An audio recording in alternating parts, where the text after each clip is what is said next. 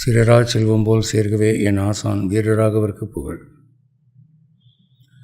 அகலகில்லேன் இறையமென்ற அலர்மேல் மங்கையுரை மார்பா, நிகரில் புகழாய் உலகமொன்றுடையாய் என்னை ஆழ்வானே, நிகரில் அமரர் மணிக்கணங்கள் விரும்பும் திருவேங்கடத்தானே, புகழொன்றில்லா அடியேன் உன் அடி கீழ் அமர்ந்து புகுந்தேனே. இன்றைய உபயதாரருக்கு நன்றி கூறி, தனக்கு தானே தர்ப்பணம் என்ற தலைப்பிலே சில கருத்துக்கள் முன்வைக்க இருக்கிறேன். இப்போது தனக்குத்தானே தர்ப்பணங்கிற ஒரு வாசகம் புதுமையாக இருக்கும். ஏன்னா தர்ப்பணங்கிறது இறந்து போனவங்களுக்கு பூமியில் இருக்கிறவங்க செய்கிறது. அப்படி இருக்கிற போது ஒரு மனிதன் உயிரோடு இருக்கிற போது தனக்குத்தானே தர்ப்பணம் எப்படி பண்ணிக்க முடியும்? இந்த கருத்தே தப்பாக இருக்க என்று தான் நினைக்க தோன்றும். இதில் தாற்பயம் என்ன அப்படின்னா, கருட புராணம் சொற்பொழிவுகளை கேட்டவர்கள் இறந்து போன தகப்பனாருக்கு மகன் சிராத்தம் பண்ணுறது, தர்ப்பணம் பண்ணுறது, பேரம் பண்ணுறது, உறவினர்கள் பண்ணுறது, உபாத்தியாயர் பிராமணர்கள் பண்ணுறது, இப்படி சொல்கிறோம். பிள்ளைகள் இல்லாதவங்க என்ன பண்ணுவாங்க? ஆண் பிள்ளையும் இல்லை, பெண் பிள்ளையும் இல்லை, வாரிசே இல்லை, அல்லது கல்யாணமே பண்ணாமல் இருக்கிறவங்க, இல்லை பிள்ளைகள் பிறந்து இறந்து போயிட்டாங்க, அவங்களுக்கு யாருமே இல்லை, அனாதையாக இருக்கிறாங்க. அப்போ இவங்கெல்லாம் இறந்து போன உடனே நரகத்துக்கு போயிடுவாங்களா? இவங்களுக்கு நற்கதியே கிடையாதா? இவங்களுக்கு யார் செய்ய போகிறா? யாராவது ஒரு ஆளுக்கு நம்பகமாக நம்ம பணத்தை கொடுத்துட்டு நான் செத்த பிறகு நீ எனக்கு செய்யி கர்மம் தர்ப்பணம் செய்யின்னு சொன்னால் கூட அவன் பணத்தை ஏப்ப விட்டான்னா என்ன ஆகிறது? தர்ப்பணம் சிராத்தம்னா இல்லை, முடியாமல் போயிடும். அப்போ அவங்க தலையெழுத்து என்ன என்று ஒரு பெரிய கேள்வி இருக்குது. இன்னொரு கேள்வி, ஐயா பிள்ளை இருக்குது, வாரிசு இருக்குது, எல்லாம் இருக்குது, வசதி இருக்குது, ஆனால் அவங்க செய்ய மாட்டேங்கிறாங்க. மகன்கிட்ட இவ்வளோ பணத்தை கொடுத்துட்டு போய் இது என்னுடைய தர்ப்பணத்துக்கு சாதத்துக்கு வச்சுக்கிடாதுன்னா, தகப்பனார் இறந்தவுடனே அந்த பணத்தை வச்சு அவன் தண்ணி அடித்து கூத்தடிச்சிட்டான். இவர் அப்பாவுக்கு ஒன்றும் செய்யலவன். அப்படி கதை இருக்குல்ல. அப்போ அந்த தகப்பனாருடைய தலைவிதி என்ன? இப்படியெல்லாம் பல கேள்வி வருது. அப்போது இறந்த ஒரு ஆத்மாவுக்கு நற்கதின்னு சொன்னால் அது மகன் அல்லது வாரிசுகள் பண்ணக்கூடிய சிராதம் தர்ப்பணம் மூலமாக தான் என்று நீங்கள் வரையறுத்தால், இப்படி பாசிபிலிட்டிஸ் எல்லாம் இருக்குது. இவங்கெல்லாம் நெருக்கடி ஆகிடுவாங்க. அவங்களுக்கு இந்து மதத்தில் ஓப்பனிங்கே இல்லையா என்று ஒரு கேள்வி வருதில்ல.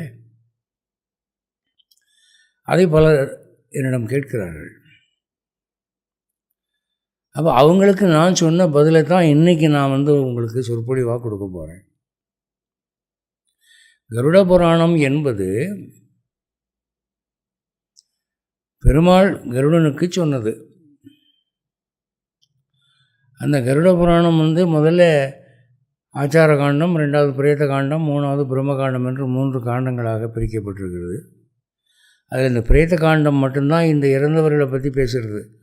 இன்றைக்கி உலகத்தில் பெரும்பாலும் கருட புராணம்னு பேசப்படுவது அந்த பிரேத காண்டம் மட்டும்தான். யாரும் ஆச்சார காண்டத்தை கொடுக்கறதும் இல்லை, பேசுகிறதும் இல்லை, பிரம்மகாண்டத்தை பற்றி பேசுகிறதும் இல்லை, கொடுக்கறதும் இல்லை. பிரேத காண்டம் மட்டும்தான் இறந்தவர்களை பற்றி பேசுது.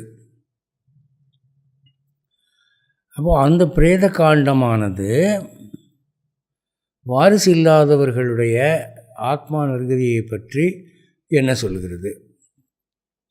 அல்லது பிள்ளைகள் இருந்தும் அவர்கள் பெற்றோரை புறக்கணித்து விட்டால் அந்த பெற்றோருக்கு கதி என்ன? இதுக்கு கருட புராணம் என்ன சொல்லுதுன்னு பார்க்கணும்.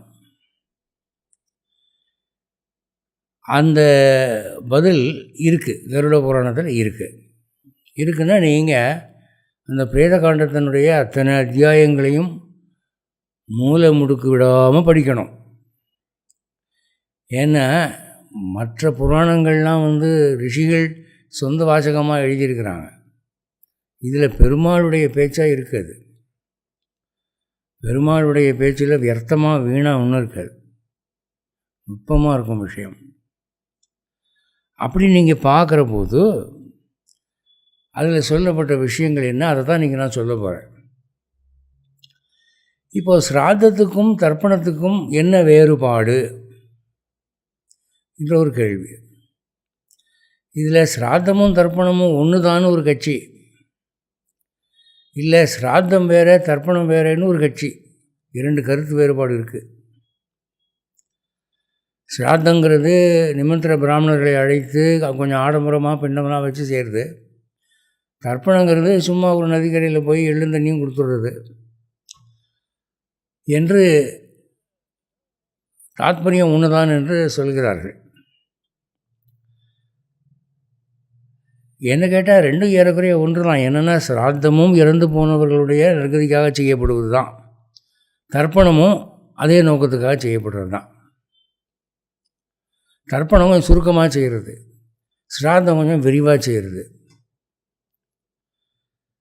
இப்போது இந்த தர்ப்பணம் என்ற சொல்லுக்கு அர்த்தம் என்ன? ஸ்ராத்தம் என்பது ஒரு சாஸ்திர நம்பிக்கையோடு இறந்தோருடைய திருப்திக்காக நற்கதிக்காக செய்யப்படக்கூடிய சடங்குகள். சில பிராமணர்களை அழைத்து அவர்களுக்கு விருந்து போஜனம் சமர்ப்பித்தால் அவர்கள் அடையும் திருப்தி அந்த ஆத்மாவுக்கு என்ற ஒரு நம்பிக்கையில் செய்யப்படுவது. இப்போது இந்த எழுந்த நீரும் கொடுக்குற போது இறந்து போன ஆத்மாவுக்கு, இந்த பித்ரு தெய்வங்களுக்கு நம்ம கொடுக்குற ஒரு நிவேதனம் மாதிரி. தர்ப்பணம் என்ற சொல் தர்ப்பகம் என்ற சொல்லிலிருந்து வருகிறது. தர்ப்பகம் என்ற சொல் திருப்திப்படுத்துதல் என்று சம்ஸ்கிருதத்தில் பொருள் உள்ளது. ப்ளீஸிங், சாட்டிஸ்ஃபையிங், திருப்திப்படுத்துவது, அதுக்கு தர்ப்பகம்னு சொல்கிறது. தர்ப்பயாமி அப்படின்னு சொன்னால் இறந்து போன இந்த ஆத்மாவினுடைய மகிழ்ச்சிக்காக, திருப்திப்படுத்துவதற்காக நான் இதை சமர்ப்பிக்கிறேன்னு அர்த்தம். அப்படி வரும்போது இந்த இறந்து போன ஒரு ஆத்மாவுக்கு இறந்த பிறகு செய்யப்படும் சடங்கை நம்மெல்லாம் பிரமாதமாக நினச்சிக்கிட்டு இருக்கோம். 10 நாள் 16 நாள் இவ்வளோ பண செலவு, இவ்வளோ கோதானம், அது இதுன்னு. ஆனால் ஒரு அதிர்ச்சியான செய்தி, ஆச்சரியமான செய்தி பெருமாள் சொல்கிறார். நீங்கள் நினைக்கிறது தப்பு. ஒரு புராணத்தில் ஒரு காண்டமே இதுக்குன்னு ஒதுக்கியிருக்கு, இறந்து போனவர்களுக்கு செய்யப்படும் சடங்குகள்னு. அப்புறம் தப்புன்னா என்ன அர்த்தம்னா, இந்த சொற்பொழிவுக்கு ஜீவநாடியாக சில ஸ்லோகங்கள் இருக்கின்றன, அதை நான் படித்த அர்த்தம் சொல்கிறேன், அப்போ உங்களுக்கு புரியும். கருட புராணம் பிரேத காண்டத்தில் 14வது அத்தியாயத்தில் 2 மற்றும் 3 ஸ்லோகங்கள், 2வது மற்றும் 3வது ஸ்லோகங்கள். இந்த 2 ஸ்லோகம் என்ன சொல்லுது? ஏகா கௌஹு ஸ்வஸ்தசித்தஸ்ய ஹி ஆதுரஸ்ய ச கோசதம் சகஸ்ரம் மிரியமானஸ்ய தத்தம் வித்த விவர்ஜிதம். இது என்ன அப்படின்னா,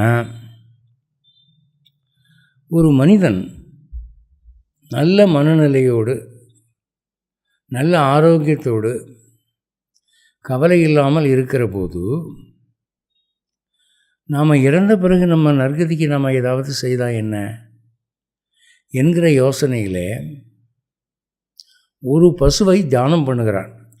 இந்த கோதானமானது என் ஆத்மாவுடைய சாந்திக்கு உதவட்டும் அப்படின்னு கொடுக்குறான். ஏகா கௌஹு ஸ்வஸ்த சித்தஸ்ய அப்படின்னு அதான் அர்த்தம். அந்த ஒரு பசு, நல்லா கவனிங்க, ஆத்துரஸ்யஜ கோசதம். அதே மனுஷன் அந்த மாதிரி நல்ல மனநிலையில் இருக்கிற போது ஒரு கோதானமும் பண்ணாமல் சும்மா சினிமா பார்த்து ஜாலியாக இருந்து வாழ்க்கையை கழிச்சுட்டான். சில ஆண்டுகள் கழித்து தான் இறந்து போகிறோம் என்கிற ஒரு அச்சம் அவனுக்கு ஏற்படுகிறது. டாக்டர் சொல்லிட்டாரு நீங்கள் ரொம்ப நாள் இருக்க மாட்டீங்கன்னு, ஜோசியர் சொல்லிட்டாரு உங்களுக்கு மாரக தசை நடக்குது, நீங்கள் டிக்கெட் வாங்க போகிறீங்கன்னு சொல்லிட்டார். அப்போ மனசு பதட்டம் அடையுது. ஐயோ, அப்போ நம்ம செத்த பிறகு நற்கதி அடைகிறதுக்கு நாம் ஏதாவது தானம் பண்ணுவோம் அப்படின்னு ஒரு பசுவை தானம் பண்ணலான்னு அவன் நினச்சான்னா, பெருமாள் என்ன சொல்கிறாரு, முன்னே சாந்தமாய் நல்ல ஆரோக்கியமாய் மனநிலையில் இருந்தபோது ஒரு பசுவை தானம் பண்ணி நீங்கள் அடையக்கூடிய பலனை இப்போ நீங்கள் அடையணும்னா 100 பசு கொடுக்க வேண்டும், கோசதம் அப்படிங்கிற. ஏங்க அப்படின்னா அதுக்கு பெருமாள் பதில் சொல்கிறாரு, ஏண்டா உனக்கு உடம்பில் ஆரோக்கியம் இருக்கிற போது, மனசும் நல்ல நிலைமையில் இருக்கிற போது உன் ஆத்மாவை பற்றி கவலை கிடையாது. சதா பிஸ்னஸ்ன்னு பணம் சேர்க்கறதுலையே இருந்த, இப்போ சாக போகிறோன்னொன்னே அந்த பையன் வந்துருச்சாக்கும்.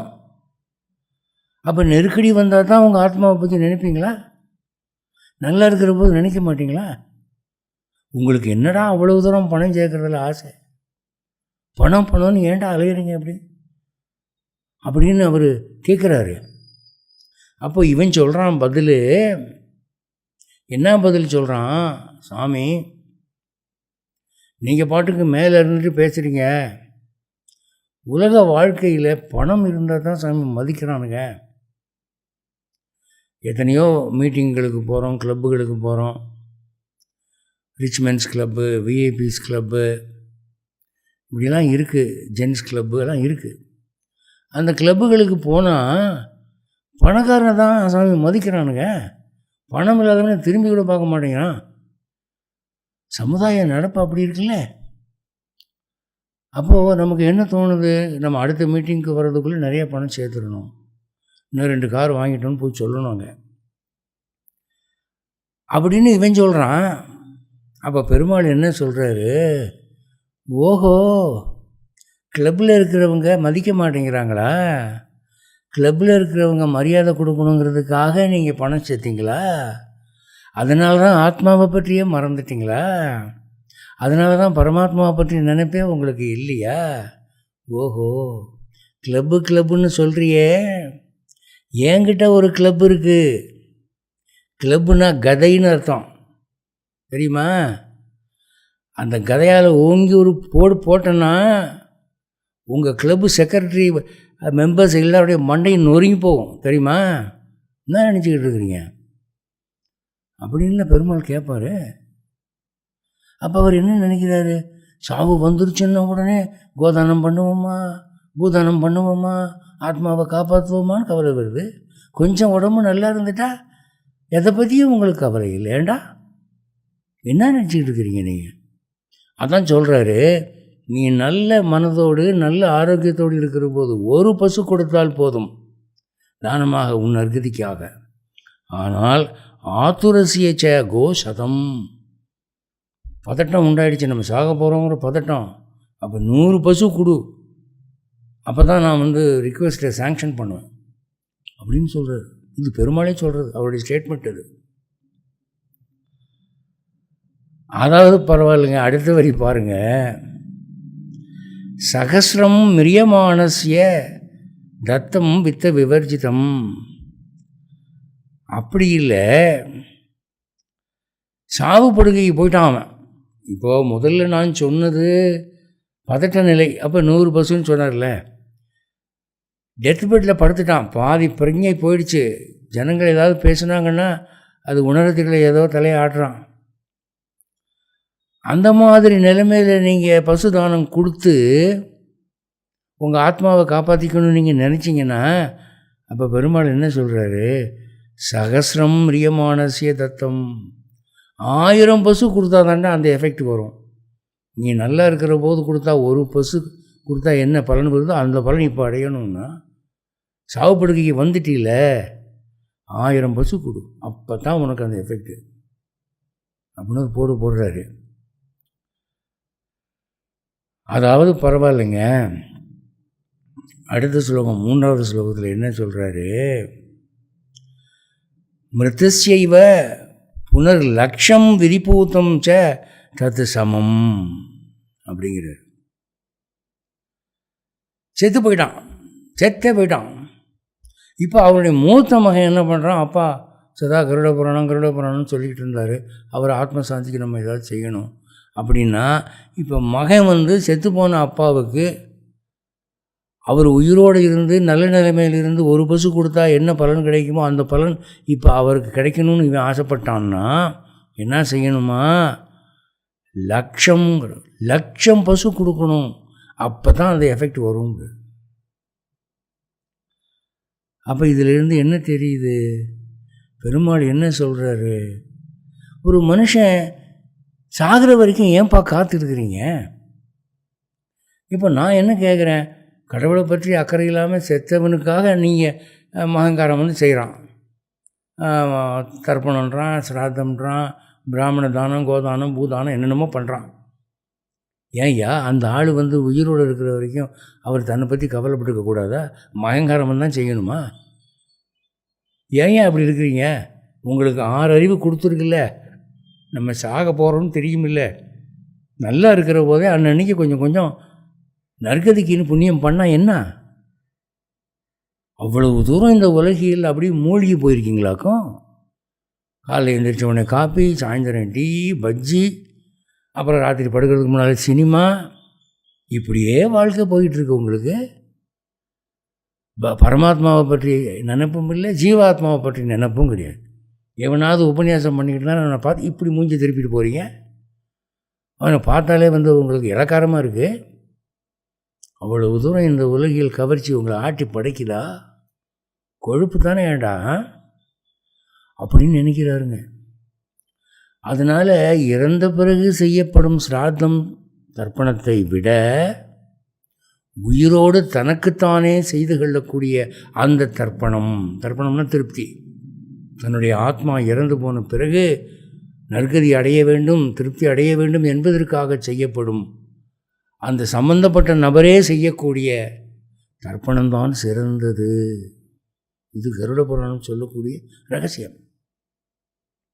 அதனால் நீங்கள் இதுக்கு முன்னால் கருட புராணம் 4 சொற்பொழிவு கேட்டிருப்பீங்க. அதில் தகப்பனாருக்கு மகன் செய்கிறது, தாத்தாவுக்கு பேரன் செய்கிறது, மனைவிக்கு கணவன் செய்கிறதெல்லாம் வந்திருக்கும். ஆனால் அதெல்லாம் பெருமாளுக்கு இஷ்டம் இல்லை. அது என்ன ஒருத்தனுக்கு இன்னொருத்தன் எந்த செய்கிறது? ஏன் அவன் செஞ்சால் என்ன? சோறு போட்டா இவனுக்காக இன்னொருத்தன் சாப்பிட்றான், அவன் தானே அள்ளி அப்பக்க நமக்குறான். அப்போ அவன் வயிற்றுக்கு அவன் தானே பார்க்கணும். அது மாதிரி தானே அவன் ஆத்மாவுக்கு அவனே செய்யணும். ஏன் நீங்கள் சாகிற வரைக்கும் விட்டுவிட்டு செத்த பிறகு இன்னொருத்தன் செய்யணுமா? உங்களுக்கு பெத்த மகன் செய்கிறான், புத்திரான்னு ஏன் பேர், புத்து நரகா திராயத்தை புத்திரகா, இது இலக்கணம் வேற உங்களுக்கு அப்படின்னு கேட்குறாரு. அதான் பெருமாளுடைய மனசில் இருக்க கோபம். இது பலருக்கு தெரியாததுனால அவங்கவுங்க என்னென்னமோ நினச்சிக்கிட்டு இருக்காங்க. பெருமாள் என்ன எதிர்பார்க்குறாரு தெரியுமா? நீ அன்னாடம் வீட்டுக்கு சம்பாதிக்கிறீங்கள, பணம் சேவிங்ஸுக்கு சம்பாதிக்கிறீங்கள, எதிர்காலத்துக்கு சேமிப்பு போடுறீங்கள, லைஃப் இன்சூரன்ஸ் எல்லாம் கட்டுறீங்கல்ல, அது மாதிரி இறந்த பிறகு உன் ஆத்மா நற்கதி அடைவதற்கு தினம் ஏதாவது செய்ய வேண்டும், செய்கிறியா அப்படிங்கிறது தான் இந்த ஸ்லோகம் காட்டுதுங்க.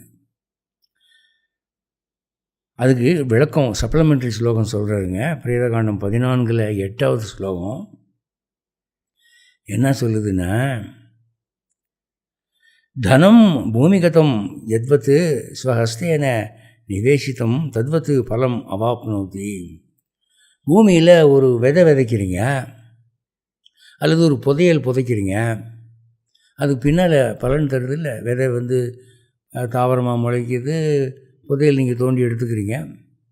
அது மாதிரி நாம் இறந்த பிறகு நம்ம ஆத்மா நற்கதி அடைவதற்கு நாம் செய்ய வேண்டும். நாம் உயிரோடு ஆரோக்கியமாக இருக்கிற போது செய்ய வேண்டும் அப்படின்னு அந்த 8வது ஸ்லோகத்தில் சொல்கிறாரு.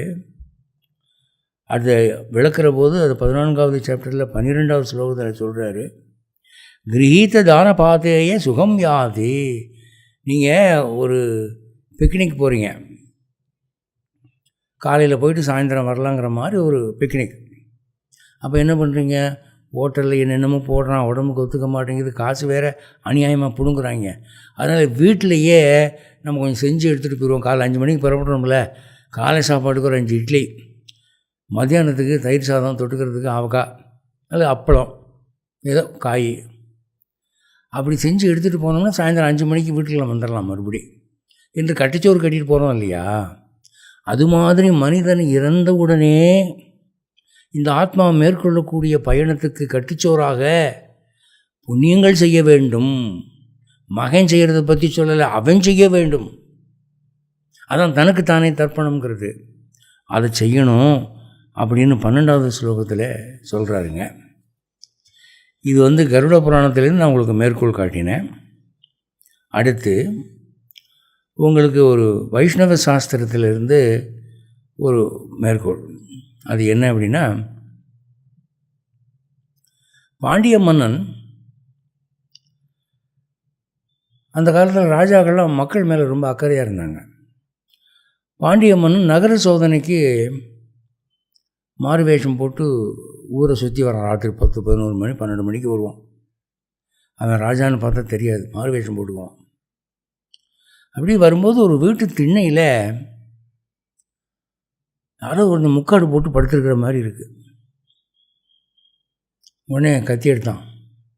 இவனை பார்த்தா திருட்டு பையன் மாதிரி இருக்குது அப்படின்னு, டேய் எந்திரா அப்படின்னா, முக்காடு எந்திரிச்சு, யாரா நீ அப்படின்னா, இல்லைங்க நான் ஒரு பிராமணங்க, காசிக்கு போய்கிட்டு இருக்கிறேன், இந்த ஊருக்கு வரும்போது பொழுது இருட்டிடுச்சு, எனக்கு யாருன்னு தெரியாது, ராத்திரி இங்கே தங்கிட்டு போகலான்னு இந்த வீட்டு திண்ணையில் படுத்துருக்கேங்க அப்படின்னு. உண்மையை சொல்லு, நீ காசிக்கு போகிறவனா களவாடிட்டு போகிறவனா, எதுக்கு வந்த? உன் முகத்தை பார்த்தா இந்த ஊருக்கார மாதிரி தெரியலையே அப்படின்னா, நான் இந்த ஊர் இல்லைங்க, நான் இன்னும் தெற்க, ஆனால் காசிக்கு தான் போகிறேன் சத்தியமா. அப்படியா, நீ பிராமணன் நான் சொன்னேன்? ஆமாம். சரி, பிராமணன்னா உனக்கு சம்ஸ்கிருதம் தெரியணுமே? ஆமாம் தெரியும். சரி, எங்கே ஒரு ஸ்லோகம் சொல்லி பார்ப்போம் அப்படின்னு. உடனே அந்த ஆள் நிஜமாகவே பிராமணனாக இருந்ததுனாலே ஒரு ஸ்லோகம் சொல்கிறேன். அந்த ஸ்லோகம் என்னடான்னா, வருஷார்த்தம் அஷ்டௌ பிரயதேத மாசான் நிஷார்த்தம் அர்த்தம் திவசம் யதேத வார்த்திக்ய ஹேதோஹோ வயசா நவேன பரத்ர ஹேதோர் இக ஜன்மனாச்ச அப்படின்னு ஒரு ஸ்லோகம் சொல்லு. சரி, அதுக்கு அர்த்தம் சொல்லு அப்படின்னு. முதல் வரி, வருஷார்த்தம் அஷ்டௌ பிரயதேத மாசான்னு. வருஷத்தில் 4 மாதம் மழை மாதங்க. ஆடி, ஆவணி, புரட்டாசி, ஐப்பசி, இந்த 4 மாதமும் மழை மாதம். அப்போ நம்ம வெளியே போய் சம்பாதிக்க முடியாது. அந்த 4 மாதத்துக்கு வேண்டிய தானியத்தை, பணத்தை, மற்றதெல்லாம் மீதி 8 மாதத்துலேயே சம்பாதிச்சு வைக்கணுங்க. அதான் வருஷார்த்தம் அஷ்டௌ பிரயதேத மாசான். 8 மாதங்களிலே, வருஷம்னா மழை பெய்கிற மாதங்களுக்காக சம்பாதிச்சு வைக்கணும். சரி, நிஷார்த்தம் அர்த்தம் திவசம் யதேத, ராத்திரிக்கு வேண்டியதை பகல்லே சம்பாதிச்சு வைக்கணுங்க. ராத்திரி 11 மணிக்கு நம்ம போய் தேடிக்கிட்டு இருக்க முடியாது. சரி, அடுத்து வார்த்திக்ய ஹேத்தோர் வயசா நவேன, முதுமைக்கு வேண்டியதை இளமையிலேயே சேர்த்து வைக்கணுங்க. வயசாகி கம்பு ஊனி கூன் போட்ட பிறகு போய் நம்ம சம்பாதிக்க முடியுங்களா? இளமையாக இருக்கிற போதே சம்பாதிச்சு சேமித்து வைக்கணுங்க. சரி, 4வது பரத்ரஹேத்தோரிக ஜன்மனாச்ச, இறந்த பிறகு வரக்கூடிய வாழ்க்கைக்கு வேண்டியதை இந்த ஜென்மத்திலேயே செய்ய வேண்டும், சம்பாதிக்க வேண்டும். உடனே அவர் அந்த ராஜா பார்த்தான், இவன் திருட்டு பையன் இல்லை, பிராமணன் தான். சரி சரி படுமையா படும் அப்படின்ட்டு கத்தியை உரையில் போட்டுட்டு அப்போது சிந்தனை வேலை செய்ய ஆரம்பிச்சிருச்சு. இந்த ஸ்லோகத்தில் மழை காலத்துக்கு வேண்டியதை வெயில் காலத்தில் தேடணும்னு சொல்லியிருக்கு. என்னுடைய தானிய கிடங்குகள்லாம் நிறைஞ்சிருக்கு, கவலை இல்லை. முதுமைக்கு வேண்டியதை வாலிபத்திலேயே தேடணும்னு சொல்லியிருக்கு. நான் பரம்பரை ராஜா, எனக்கு பண கஷ்டம் இல்லை, வயசானா என்னுடைய மகன் பார்த்துக்குவான், நிறைய அரண்மனையில் சொத்து இருக்குது. அதே மாதிரி ராத்திரிக்கு வேண்டியதை பகல்லையே தேடணும்னா அதுக்கும் பயம் இல்லை, நிறைய இருக்குது. ஆனால் இறந்த பிறகு நமக்கு க்ஷேமம் செய்யக்கூடியதற்கான காரியத்தை இப்போதே செய்யணும்னு சொல்கிறானே, அதுதான் எனக்கு இப்போ புதுசாக இருக்குது. அப்போது நான் செத்த பிறகு எங்கே போவேன், நான் என்ன செய்யணும் என்று அவன் சிந்தனை வயப்பட்டான். அப்போது பரமாத்மான்னு கடவுள்னு ஒருத்தர் இருப்பார் இல்லையா, அவருக்கு திருப்தியாக ஏதாவது நம்ம செய்யணும். செஞ்சோம்னா நம்ம செத்த பிறகு நற்கதி அடைவோம். அப்போ கடவுள்னு யாரை நம்ம நம்புறது, வேதம் என்ன சொல்லுது, புராணம் என்ன சொல்லுது தெரியலையே என்று சொல்லி தன்னுடைய வித்வத் சபையை கூட்டினான். பரமாத்மா யார் என்று வேதம் புராணம் இதிகாசங்களிலிருந்து நம்பகமான ஆதாரங்களோடு யார் நிரூபிக்கிறார்களோ அவர்களுக்கு 1000 பொன் பரிசு என்று ஒரு கழியில் ஒரு பையில் 1000 தங்க காசு போட்டு கட்டி வச்சிட்டான். அவரவர் இந்த சாமி தான் கடவுள், அந்த சாமி தான் கடவுள் நம்ம தர்க்கம் பண்ணாங்க. அது ஒன்றும் அங்கே எடுபடலை. அந்த நேரத்தில் ஸ்ரீவில்லிபுத்தூரில் பட்டாச்சாரியாராக இருந்தார் ஒருத்தர், விஷ்ணு சித்தர்னு. அவரை தான் நம்ம பெரியாழ்வார்னு சொல்கிறோம். அவர் கனவுல பெருமாள் தோன்றி, ஓய் நீர் போமையா, நீர் போய் நான் தான் பரத்துவோம் என்று சொல்லி அந்த 1000 பொற்காசம் வாங்கிட்டு வரோம்னு. எனக்கு அவ்வளோ படிப்பு பத்தாது என்ன, நான் நாக்கிலேருந்து பேசினேயா போயா அப்படின்னு. இவர் கிளம்பி வந்தார். அங்கே மதுரைக்கு வந்தவுடனே அவர் பாஞ்சஜன்யத்தினாலே அவரை ஸ்பர்சித்து எம்பெருமானவருக்கு வித்வத்தை கொடுத்தான். வேதங்கள் புராணங்களிலிருந்து சரமாரியாக மேற்கோள் காட்டி ஸ்ரீமன் நாராயணனே முழுமுதற் கடவுள் என்று நிரூபித்தார். அப்பொழுது அந்த கம்பு தானே வளைந்தது. அந்த பொற்கிழி தங்க காசு உள்ள போய் அருந்து இவர் கையிலே விழுந்தது. இப்போ எதுக்கு இதை சொல்ல வரேன்னா, அந்த பிராமணர் அந்த ராஜாவுடைய சிந்தனையை கிண்டி விட்டார். எப்படி இறந்த பிறகு நாம் அடையக்கூடிய நல்வாழ்வுக்கு நாம் இப்போதே செய்து கொள்ள வேண்டும். என் மகன் செய்வான், என் பேரன் செய்வான், அதெல்லாம் சும்மா டூப்பு. அது பொய்ன்னு சொல்ல வரல. எங்கே செய்கிறான், எவன் செய்கிறான், முக்கியமான விஷயம். அப்படியே செஞ்சால் கூட நமக்கு நம்ம செய்திருக்கிற கர்மாவுக்கு போதிய அளவு பரிகாரம் கிடைக்குமா? கோகர்ணன் கதையில் என்ன வருது, கடைசியில் பாகவதம் படித்து தானே அவன் விமோச்சனமானான்னு வருது. அப்போது அந்த மாதிரி ஒரு பிரச்சனை இருக்குதுங்கிறத நாம் இந்த கதையில் படிக்கிறோம். அதான் தனக்கு தானே தர்ப்பணங்கிறது. நாம் நினச்சிக்கிட்டு இருக்கோம், நாம் ஒரு நல்ல வாழ்க்கை தானே வாழ்ந்துக்கிட்டு இருக்கோம், ஏதோ 1-2 மைனர் சின்ஸ் பண்ணியிருப்போம், அவ்வளோதான். அப்படி ஒன்றும் நம்ம பிரமாதமாக கவலைப்பட வேண்டியதில்லை. நம்ம செத்த நேராக வைகுண்டம் தான் போக போகிறோம் அப்படின்னு நம்ம நினச்சிக்கிட்டு இருக்கோம்.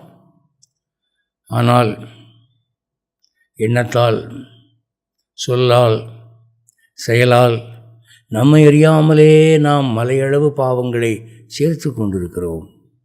அதை நாம் உணர்றதில்லை. பகவான் எல்லாத்தையும் பார்த்துக்கிட்டு இருக்கான். எல்லாம் சிசி கேமரா வச்சு எடுத்து பார்த்துக்கிட்டு இருக்கான். அவன் கண்டிருந்து யாரும் தப்ப முடியாது.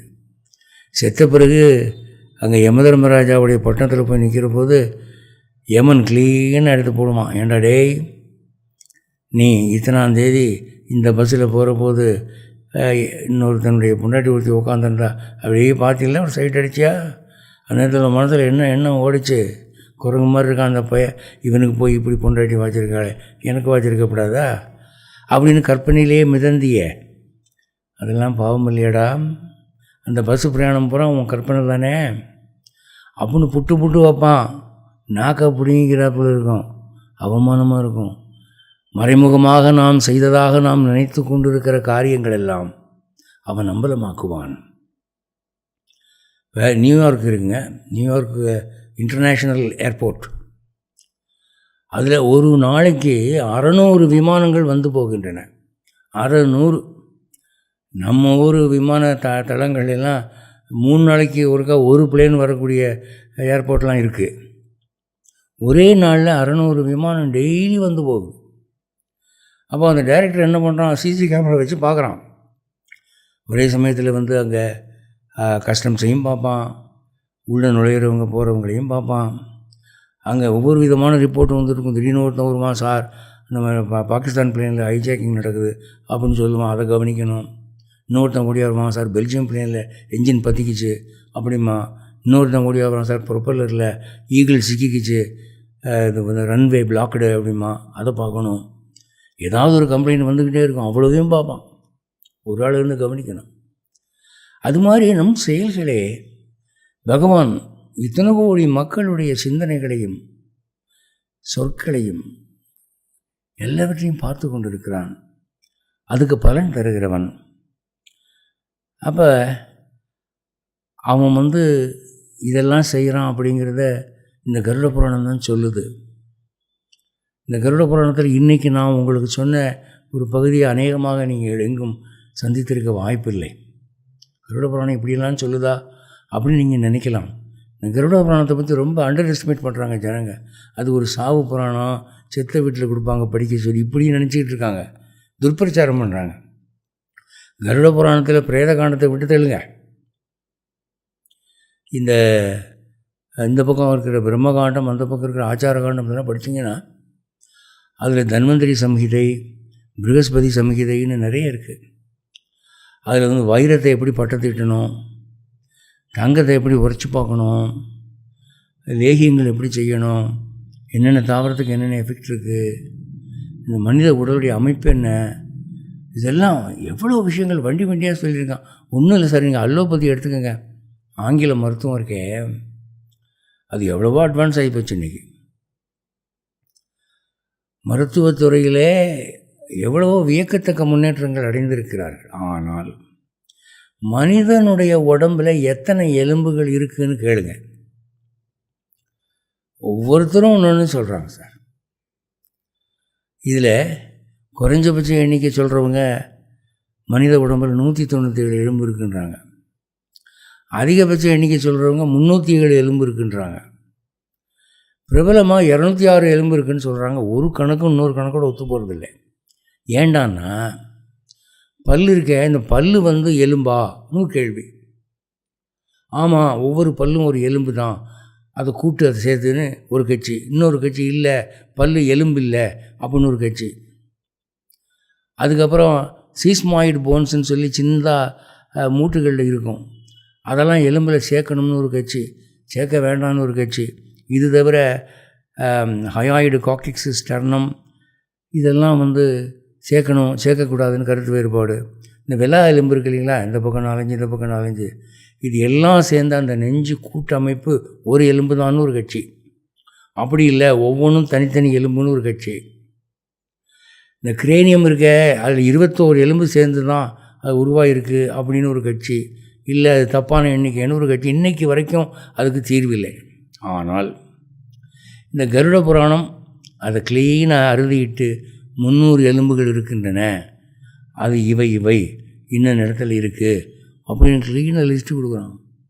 ஃப்ராக்சர்ஸுக்கு அவன் கொடுக்குற வைத்தியம், இந்த மூலிகையை வச்சு கட்டுங்க அப்படின்னு சொல்லி எலும்பு வைத்தியத்தை பற்றி அவங்க எவ்வளோ ஆழ்ந்த ஆராய்ச்சி பண்ணியிருக்கிறாங்க. இன்றைக்கி ஆர்த்தோ ஸ்பெஷலிஸ்ட்லாம் அதை படித்தாங்கன்னா, அட இவ்வளோ விஷயம் இருக்குதே என்று ஆச்சரியப்பட்டு போவார்கள். அவ்வளவு அற்புதமாக உடலை அவர்கள் ஆய்ந்திருக்கிறார்கள்.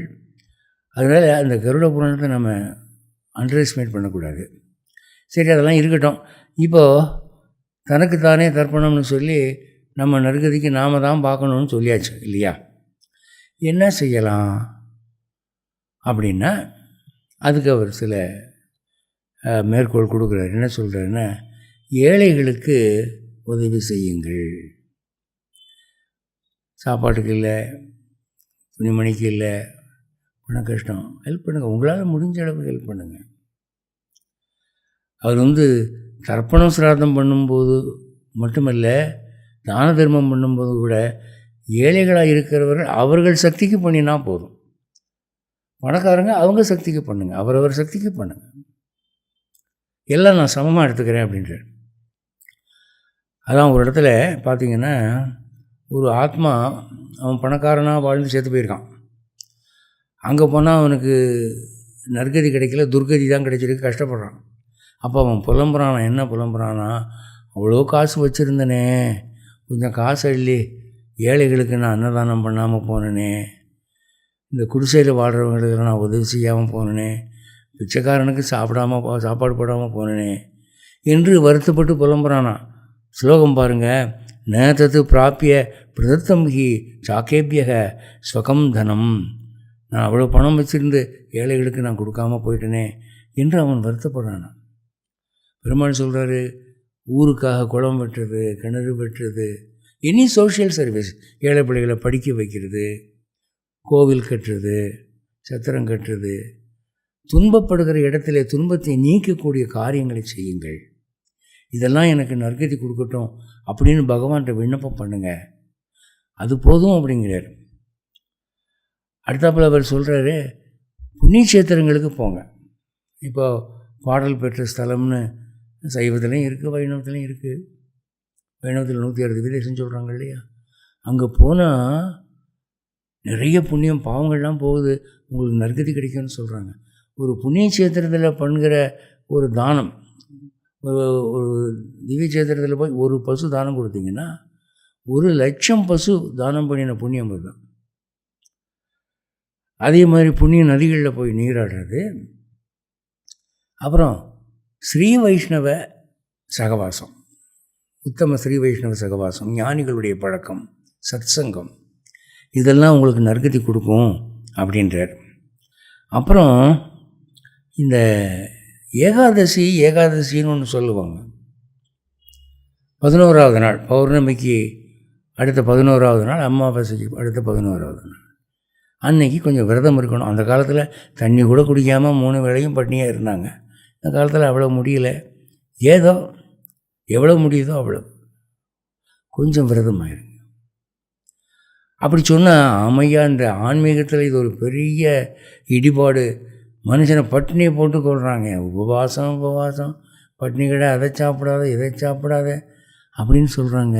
அப்படி இல்லை, கொஞ்சம் நீங்கள் ஒரு நிமிஷம் கோவிக்காமல் யோசனை பண்ணி பாருங்கள். இப்போ காலங்காலத்தில் ஒரு நாளைக்கு ஒரு 4-5 இட்லி சாப்பிடணும்னு கணக்கு வச்சு, காலையில் 5 இட்லின்னு சொன்னால் உங்களுக்கு ஒரு மாதத்துக்கு எவ்வளோ ஆகுது? 30 நாளைக்கு 150 இட்லி ஆகுது. அது 12 மாதத்துக்கு, ஒரு வருஷத்துக்கு எவ்வளோ? 1800 இட்லி ஆகுது.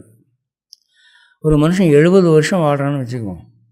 இந்த 1800 70ஆல் பெருக்கினீங்கன்னா 1,26,000 இட்லி சாப்பிட்றாம 70 வருஷம் வாழ்ந்தான்னா, இது காலையில் மட்டும்.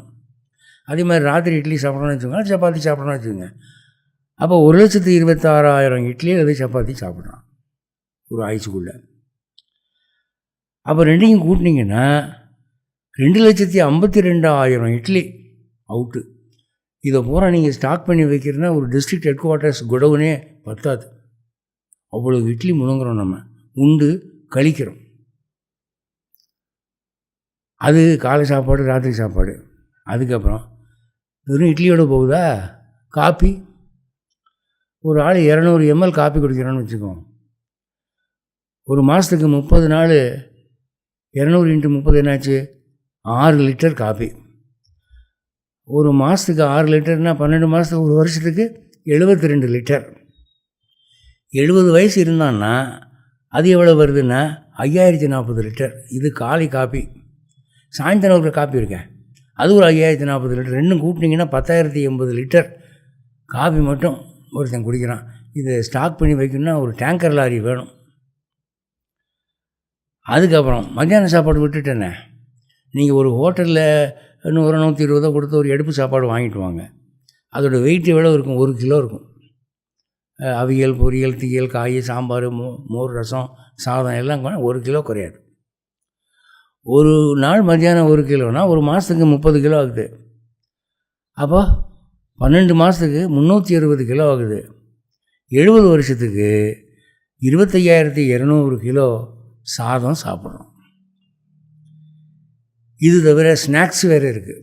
ஸ்நாக்ஸு இடையில், அதாவது pre breakfast, post breakfast, pre lunch, post lunch, pre supper, post supper, biscuit, அது இதுன்னு அதெல்லாம் குமிச்சு வச்சா இமயமலை மாதிரி இருக்கும் ஒரு மனுஷன் திங்கிறது. இவ்வளவு சாப்பிட்றோமே, மாதம் ஒரே ஒரு நாள் அல்லது 2 நாள் ஏகாதசி கொஞ்சம் சாப்பாடை விட்டு கொடுக்கப்படாதா? அதான் பெருமாள் கேட்குறாரு. ஏகாதசி விரதம் இருந்து எம்பெருமானே நான் சாகும்போது நற்கதி அடைய வேண்டும் அப்படின்னு மனசில் நினச்சிக்கிட்டிங்கன்னா உங்கள் பேரை ரெஜிஸ்டர் பண்ணிடுவானே, என்ட்ரு பண்ணிடுவானே. என்ட்ரு பண்ணிட்டான்னா அப்புறம் விட மாட்டான். அது கொஞ்சம் முடிஞ்ச வரைக்கும் பாருங்கள். அதுக்கப்புறம் இந்த இப்படி சொன்னால் அவங்க என்ன நினைக்கிறாங்க, இந்த ஆன்மீகத்தில் ஏன் போட்டு மாட்டுறாங்க, வருத்துறாங்க அப்படிங்கிற ஒரு எண்ணம் இருந்துக்கிட்டு இருக்கு. நீங்கள் ஒரு விஷயத்தை யோசித்து பார்க்கணும். மகர சங்கராந்தி வருது இல்லையா? இப்போ நம்மெல்லாம் பொங்கல்னு சொல்கிறோமே, அதுக்கு முதல் நாள் போகின்னு ஒன்று வருது. அது என்ன? போகம் ஆரம்பிக்கும் நாள் போகி. மார்கழி மாதம் ஒருத்தல் மாதம், நெய்யுண்ணோம் பாலுண்ணோம்னு சொன்ன மாதம், தவத்தின் மாதம், ஆனந்தங்கள் ஆர்ப்பாட்டங்கள் கூடாது. அதுக்கப்புறம் என்னாச்சு, முழங்கை வழிவார பால் சோறு மூட நெய் பெய்து சாப்பிட்ற காலம் ஆரம்பிக்குது, போகம் ஆரம்பிக்குது. அதான் போகி. அந்த காலத்தில் இந்திரனுக்கு, வருணனுக்கு, மன்மதனுக்கெல்லாம் படையல் போடுவாங்க. ஏன்னா இதுக்கு மேலே விவசாயம், அறுவடை, மழை, ஜாலி, சந்தோஷம். அப்போது அறவழிப்பட்ட இன்பங்கள் தெய்வீகமானவை, அவற்றில் நான் இருக்கிறேன் என்று கண்ணன் கீதையிலே சொல்கிறான். இன்பத்தை அவன் தான் கொடுக்குறான். இதுக்கப்புறம் ஒரு ஸ்லோகம் சொல்கிறார் அவர் 13வது அத்தியாயத்தில் 25வது ஸ்லோகம். அதில் அவர் என்ன சொல்கிறார் அப்படின்னா, ஒரு வீடு பற்றி எரியும் போது அந்த வீட்டை அணைக்கிறதுக்கு தண்ணி இல்லை, அக்கம் பக்கம் தண்ணி கிடைக்கல. உடனே ஒரு ஆளை கூப்பிட்டு, டேய் வீடு பற்றி எரியுது, ஒரு 4-5 பேரை கூப்பிட்டு ஒரு கிணறு வெட்டுங்க. கிணறு வெட்டி அந்த தண்ணி எடுத்து இந்த வீட்டினுடைய நெருப்பை அணைங்கன்னு சொன்னால் அவன் எவ்வளோ மடப்பையன். ஒரு வீடு பற்றி எரியும் போது கிணறு வெட்ட ஆரம்பித்தான்னா இவன் என்னைக்கு கிணறு வெட்டி, என்னைக்கு தண்ணி எடுத்து, என்னைக்கு அந்த வீடு அணைக்கிறதே? இல்லை, வீடு சாம்பலாக போயிடும்ல. அதான் சொல்கிறார், வீடு பற்றி எரியும் போதா கிணறு வெட்டுவீர்கள், முன்பே கிணறு வெட்டுவது தானே அறிவுடைமை. அதனால் உடம்பு நல்லா இருக்கிற போதே இறந்த பிறகு நீங்கள் நற்கதி அடைவதற்கு ஆன புண்ணியங்களை செய்யுங்கள் என்று சொல்கிறார் இந்த ஸ்லோகத்தில். யாத்த ஸ்வஸ்தம் இதம் சரீரம் அருஜம் யாவத்து ஜரா தூரத்தோ. சாவு இன்னும் ரொம்ப நாள் கழித்து வருங்கிற மாதிரி உடம்பு நல்லா இருக்கிற போது, யாவதுச்சா இந்திரிய சக்திர் அப்பிரதிகதா, உங்களுடைய பஞ்சேந்திரியங்களும் நல்லா இருக்கிற போது, யாவத்து சயோன ஆயுஷக, உங்களுக்கு ஆயுசு இப்போதைக்கு முடியுங்கிற மாதிரி தெரியல, அந்த மாதிரி உடம்பு இருக்கிற போது, ஆத்மஸ்ரேயசி தாவதேவ விதுஷா காரியக பிரயத்னா, ஆத்மா நற்கதி அடையணும்னு அப்போ முயற்சி பண்ணுங்க. அப்படி நீங்கள் பண்ணலை, சாவு திடீர்னு வந்துருச்சு, என்னடா இது, நம்ம முடியெல்லாம் கருப்பாக இருந்தது திடீர்னு வெள்ளை வெள்ளையாகி போச்சு, தலை சொட்டை விழுந்துருச்சு, பல்லெல்லாம் ஓட்டையாகி போச்சு, முதல்ல ஷார்ட் சைட்டுனா, அப்புறம் லாங் சைட்டுனா, அப்புறம் கேட்ராக்டுனா, அப்புறம் குளுக்கோமாங்கிறான், என்னென்னமோ சொல்கிறாங்க. என்ன ஆச்சு எனக்கு அப்படின்னு கேட்டால் ஆத்துக்காரி சொல்கிறா, உங்களுக்கும் வயசு 68 ஆகி போச்சு இல்லைங்க. அப்படின்னா, ஐயோ அவ்வளோ வயசு ஆகி போச்சா, அப்போ நான் சாக போகிறேன்னா, சரி இனிமேல் போகிற வழிக்கு புண்ணியத்தை தேடுவோம் அப்படின்னு 69வது வயசில் யமன் வந்துட்டா என்ன பண்ணுவீங்க? அதான் கேட்குறாரு 4வது வரியில், மகான சந்தீப்தே பவனேத்து கூபகரணம் பிரதித்யமக கீர்திருஷக. வீடு தீப்பற்றி எரியும் போது கிணறு தோண்ட போனால் அது எவ்வளவு அறியாமையப்பா. இளமையிலேயே புண்ணியத்தை செய்யுங்கப்பா, சாவை பற்றி இப்போவே நினைங்கப்பா. நான் செத்த பிறகு என் மகன் தர்ப்பணம் கொடுப்பான், என் பேரன் சிராதம் செய்வான்னு நினச்சிக்கிட்டு இருக்கிறீங்க. உனக்கு மகன் பிறக்க போகிறான்னு தெரியுமா? இல்லை மகன் இருந்தாலும் அவன் செய்வான்னு உனக்கு தெரியுமா?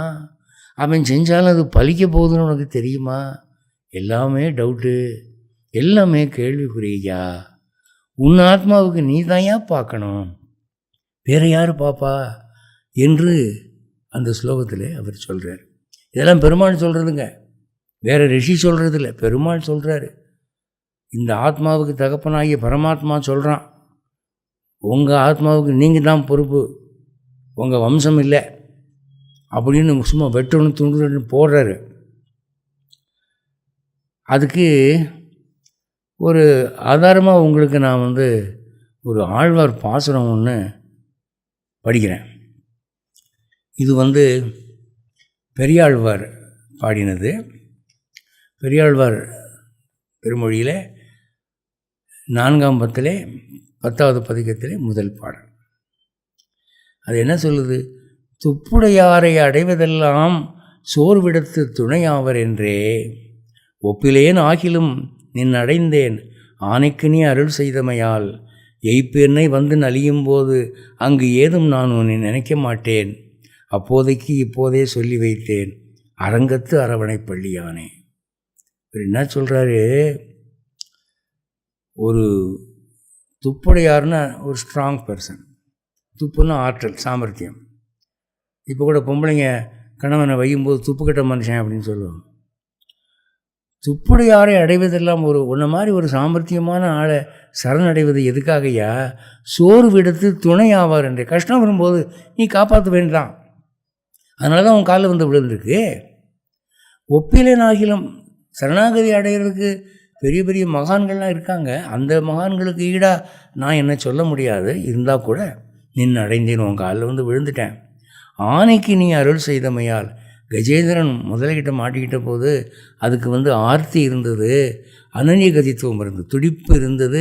உன்னை விட்டால் நான் வேறு யாரும் என்னை காப்பாற்றணும்னு நினைக்கலேங்கிற ஒரு அனன்ய கதித்துவம் இருந்தது. அந்த யானைக்கு அருள் செய்தா இல்லையா? அந்த மாதிரி நிலைமையில் தான் இப்போ நான் இருக்கிறேன். சரி, அப்போ யானை ஆபத்து வந்தபோது கூப்பிடுச்சில்ல, அந்த மாதிரி நீ கூப்பிடு, உன்னை பார்த்துக்கிறேன்னா, ஐயோ ஐயோ அப்படி சொல்லிடாத, நான் சாகிற சமயத்தில் நான் உன்னை கூப்பிடுவேன்னு என்ன நிச்சயம்? நான் மயக்கமாக இருந்தால் அல்லது வேறு என்னன்னு போல இருந்தேன்னா அப்புறம் கூப்பிடலன்னு சொல்லி அதை ஒரு காரணமாக சொல்லி நான் கீழே விட்டுருவேன். அதனால் அதெல்லாம் வேண்டாம், அட்வான்ஸ் புக்கிங் பண்ணிடுறேன், இப்போவே ரெஜிஸ்டர் பண்ணிக்க என் பேரை. எனக்கு சாவு வந்த உடனே அன்றைக்கி சொன்னானே அவன் தானே தூக்குப்பா மேலே அப்படின்னு வைகுண்டத்துக்கு கொண்டு போயிடுன்ற. எய்ப்பு என்னை நலியும் போது, எய்ப்புன்னா இந்த உடம்பு சாதாரணமாக இருக்கிற போது நல்லா கும்முன்னு இருக்கிறோம், வயசு ஆகி கூன் போட்ட பிறகு சும்மா மூச்சு விட்டாலே சளி கருங்குது அப்படின்னு நாய் இழைக்கிற மாதிரி இழைக்கிது, அதான் எய்ப்பு. அப்போ எந்த நிமிஷம் நம்ம உயிர் பிரிய போகுதுன்னு தெரியாது, குரல் கூட வராது, ஒன்றும் பேச முடியாது. எய்ப்பு என்னை நலியும் போது அங்கு ஏதும் நான் உன்னை நினைக்க மாட்டேன். யார்? பெரியாழ்வார் சொல்கிறாரு, சாவு வர்ற போது நான் ஒன்று நினைக்க மாட்டேன். அப்போ நம்ம கதை என்னங்க? நம்மெல்லாம் எதை நினைப்போம்? எதையோ நினைப்போம். அது எதுக்கு இப்போ சொல்லிக்கிட்டு அசிங்கம்? அப்போது அவர் என்ன சொல்கிறாரு? அப்போதைக்கு இப்போதே சொல்லி வைத்தேன், அட்வான்ஸ் புக்கிங் பண்ணிட்டேன்யா. 18ஆம் தேதி பஸ்ஸு பிரயாணத்துக்கு 9ஆம் தேதியே புக் பண்ணுறாங்கல்ல, அது மாதிரி பின்னால் வரப்போகிற சாவுக்கு இப்போவே சொல்லி வச்சுட்டேன், அரங்கத்து அரவணை பள்ளியானே. ஸ்ரீரங்கத்தில் எதுக்காக பள்ளி கொண்டு இருக்கிறாய்? எங்களை காப்பாற்றுறதுக்கு தானே. தூங்குற மாதிரி நடிக்கிற அறிவுயில் இல்லையா, யோக நிதிரை. அதனால் தயவு பண்ணி இதை காதில் போட்டுக்கோ. இந்த இடத்துல வியாக்கியானத்தில் என்ன சொல்கிறாங்க? அந்திம ஸ்மிருதி தேவையில்லை என்ற கருத்தை முன்வைக்கிறார். அந்திம ஸ்மிருதினா சாகிற போது பகவானை நினைக்கிறது.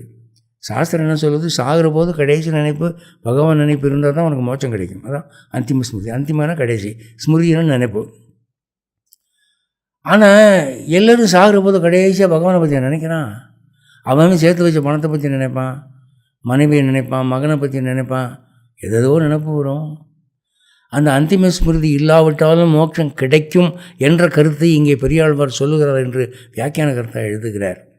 ஏண்டான்னா வராக பெருமாள் ஒரு சரம ஸ்லோகம் சொன்னார்.